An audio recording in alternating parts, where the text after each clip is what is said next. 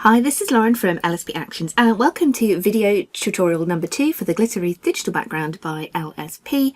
This tutorial is fast. I'm going to move nice and fast, assuming you've either already watched video number 1 or you're used to using digital backgrounds by LSP or other. So I'm going to go ahead, open up Photoshop and come up here to File, Open and open up the LSP Glitter Wreath Christmas digital background. So that'll open up into your Photoshop and it will look something like this. You need to make sure your layers panel is visible.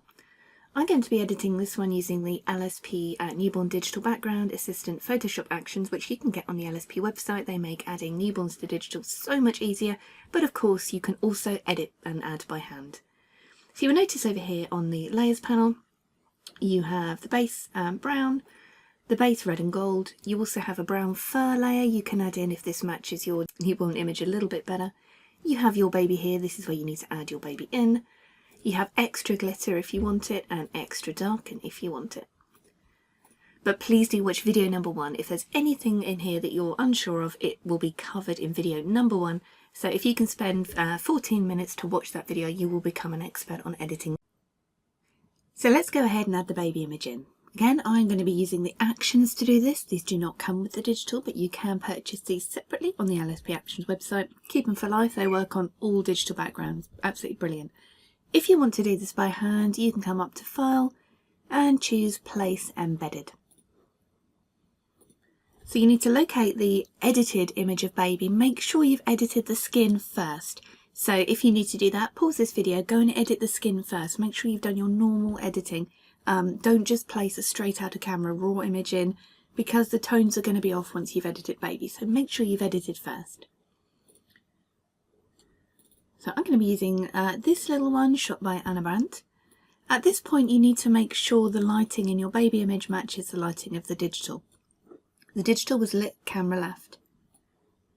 If your image is lit camera right, like this one, you need to right click and choose flip horizontal.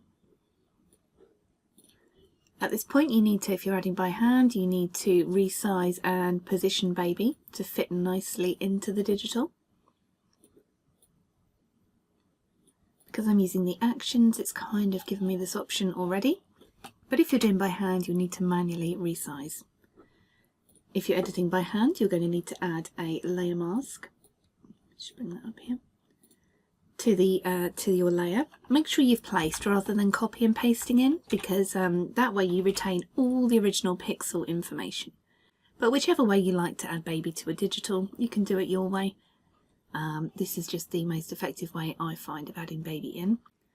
So I'm just painting with a white brush onto that black layer mask there that was set up for me by the actions. So you can see here there is a little bit of a fluffy halo around the hood here, and I want to refine that selection but keep the hair, like the fluff and hair detail. So I'm going to hold down Control or Command if you're on a Mac and click the layer mask here, and this will put marching ants around the selection, and choose Select and Mask. Use the Refine Edge brush, that's this one in the middle here, and sweep it around to make a better selection of the hair. There's plenty of tutorials on YouTube that show you how to do this if you need to. So I've inverted that selection, which means I've selected the fluffy area, and I'm just going to paint that away. So the next step is to add your shadow. You can do this by clicking underneath the baby layer and adding perhaps a levels layer and darkening it down, or curves, and then inverting and painting on. I'm going to use the actions again to add these layers in for me, so I don't need to do it. So I'm just going to click on the gentle shadow under baby layer, and I'm just going to start adding some shadow in, just to shade baby in. And now I'm going to click on the shadow over baby layer. Again, this is all explained in videos number 1 in a lot more detail. I'm going to click on the darken baby layer here, and I'm just going to sweep this around the edge.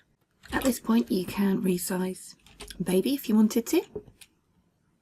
You can liquefy, you can change anything you need to change there. I've just made baby a little bit bigger, and because I've done that I'm just going to go down and refine this selection here around these leaves. Baby and white to show baby. I'm going to add a little more shading. So the next step is going to be blending colours if you need to. For example, this baby is kind of a cooler grey and I want them at least a bit warmer to blend more with the background. But you can change any colours to red or anything like that. I'm using the actions. Again, you can do this by hand by adding a hue and saturation layer. I can also use the warm baby layer that is provided for me here. And this will blend baby a lot better with the digital there. Before and after. If you are using the red base, which you can turn on here, you may wish to change baby's wrap, outfit, hat, teddy, anything like that, to a kind of a Christmassy red tone. So I'm going to use the colour change here. It will come out purple. Again, if you're not using the actions, you can do this by hand by adding a hue and saturation layer. So I'm going to double click the hue and saturation icon here and change this. Change to anything really. Notice when I see the slight grey haloing here, because of course if baby really was wearing red, you would get some colour cast onto the skin naturally. So I'm just using a black brush to hide, a white brush to kind of refine that selection there. But of course keep going until you're happy. You can mix and match, you can change things until you're happy. Add the extra glitter perhaps, the extra darken. I'm just going to add a little vignette here on the actions that will darken the edges even more, because I think this one suits a nice contrast edit. And that's that. And when you're happy you can go ahead and click save. Save it as a JPEG for your clients. So that's using the LSP Christmas Glitter Wreath multi-layer digital background, and that is available at www.lsp-actions.com. I'm Lauren, thanks for watching.